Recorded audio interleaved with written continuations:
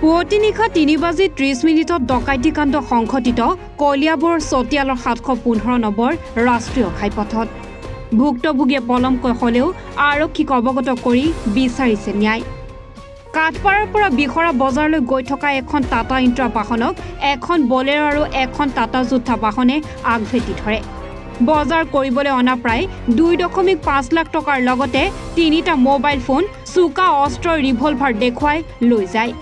ইপিনে ডকাইতৰ দলটোৱে মাৰধৰ কৰাৰ অভিযোগো উত্থাপন হয়। লগতে গুৰুতৰভাৱে আহত হয় ফয়জুল ইছলাম আৰু ছফিকুল ইছলাম। আঘাতপ্ৰাপ্ত অৱস্থাত চিকিৎসাৰ বাবে নিজেই ব্যৱস্থা কৰে ফয়জুল ইছলাম আৰু ছফিকুল ইছলামে। পৰৱৰ্তী পৰ্যায়ত কলিয়াবৰ আৰক্ষী থানাত এজাহাৰ দাখিল কৰে আঘাতপ্ৰাপ্ত ফয়জুল ইছলাম আৰু ছফিকুল ইছলামে। ভুক্তভোগীৰ এজাহাৰৰ ভিত্তিত কলিয়াবৰ আৰক্ষীয়ে তদন্ত আৰম্ভ কৰিছে। ওলাই বিহাৰা বজাৰত যাম। যোৱাৰ কলিয়াবৰ থানা পাৰ হোৱাৰ পিছতে এটা গাড়ীয়ে মোক এটেক কৰিলে। সন্মুখত এটেক কৰি পেলাই আমাৰ গাড়ীটো কৰিলে, কৰি গ্লাছটো ভাঙি পেলাই আমাক মাৰপিট কৰিলে। টকা আছিল মোৰ লগত, কিছু লৈ গ'ল, মোবাইল আছিল, মোবাইল লৈ গ'ল। ক'ৰ পৰা ক'লে গৈ আছিলে? কাঠপাৰাৰ পৰা বিহাৰা বজাৰ। কিমান টকা? মোৰ লগত 1 লাখ আছিল আৰু মোৰ লগৰীয়া এজন আছিল, তেওঁৰ লগত 1,38,000 টকা আছিল। মোৰ মোবাইল আছিল। মোবাইল মোৰটো নিছে আৰু ড্ৰাইভাৰৰ কৈছে ড্ৰাইভাৰৰ তুলি নিছে। আপোনালোক কেইজন মানুহ আছিলে? আমি ড্ৰাইভাৰ লৈ পেলাই 3জন আছিলোঁ। আৰু যোনখনে এটেক কৰিছিল তাত কিমান মানুহ আছিল? তাত 7জন আছিল। কি অস্ত্ৰ হাতত আছিল? আমি খুখৰি পাইছোঁ, লাঠি পাইছোঁ আৰু পিষ্টল পাইছোঁ। দেখিছে? অঁ, মুখটো এই বগা গামোচাৰে বন্ধা আছিলে। মাৰপিট কৰিছে? মাৰপিট কৰিছে। মূৰত 3টা কোব দিলে, খুৰকি দি পিঠত মাৰিলে।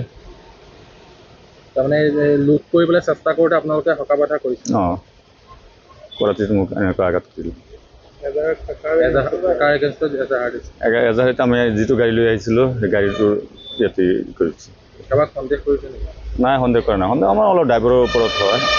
ড্ৰাইভাৰ কিবা এটা কৰিছে নেকি, তদন্ত কৰিছে নেকি। অঁ, প্ৰথমে গ্লাছটো ভাঙি পেলাই দৰ্জাটো খুলি পেলাই ড্ৰাইভাৰক নমাই লৈ গ'ল। আমাকো দুজনে চুচৰাই কৰিলে, ওলাই পেলাই তাত মাৰপিট কৰিলে। ড্ৰাইভাৰক বেলেগ গাড়ীত নি বহাই থৈছে। এইটোৱে। ড্ৰাইভাৰ আমাৰ সন্মত একো কৰা নাই। ড্ৰাইভাৰ সুস্থ হৈ আছে, অসুস্থ হোৱা নাই। আমি দুজনহে অসুস্থ হৈছিলোঁ। আমি পিছত আমাক গাড়ী উঠাই লৈ যাওঁতে আমি কৈছোঁ যে থানা আছে, থানাত সোমাই দিয়ে। সোমোৱা নাই। তিনিআলিকে পেট্ৰলিয়াম পাইছোঁ, তাতো গাড়ীটো ৰখা। আমি ছাৰক কিবা কৈ যাওঁ, কৰোঁ, তাতো ৰখোৱা নাই। এই কাঠপাৰা লৈ গৈ আকৌ উভতি। অঁ, এতিয়া আমি থানাত কৰিলোঁ, এজাহাৰ কৰিলোঁ। যেতিয়া যিবিলাক আছে যাতে সেইটো ছাৰে কৰে, তদন্ত কৰে, শাস্তি পায়। মোহাম্মদ ছফিকুল ইছলাম, ফয়জুল ইছলাম। সেই পুবলৰিমুখ, মুৰগৰ কাঠপাৰা, একেই ওচৰা-ওচৰি। আমালোকৰ বেহাৰা বজাৰ গৈ আছোঁ। বেহাৰা বজাৰ যাওঁতে কলিয়াবৰ পাৰ হৈছোঁ ইটালীটোৰ লগত যে। ইয়াত গাড়ীটো ৰখাই পেলাই আগত গাড়ীটো এটা বলেৰো আহি পেলাই গাড়ীটো ৰখাই দিছে। আমাৰ গাড়ীটোতে চাবিটো বন্ধ কৰি দিলে। বন্ধ কৰি দিয়াৰ পিছত সিলোকৰ গাড়ীটো নামি পেলাই ড্ৰাইভাৰৰ ছাইডৰ পৰা অস্ত্ৰ আনি পেলাই আমাৰ গ্লাছ ভাঙি পেলাই আমাক দুটাক চেঁচাই নমাই পেলাই পিছত পইচা আছিলে চব লুটপাট কৰি মাৰপিট কৰি লৈ গৈছে। কিমান টকা নিলে? আমাৰ পৰা নিছিলে 1,38,000 টকা।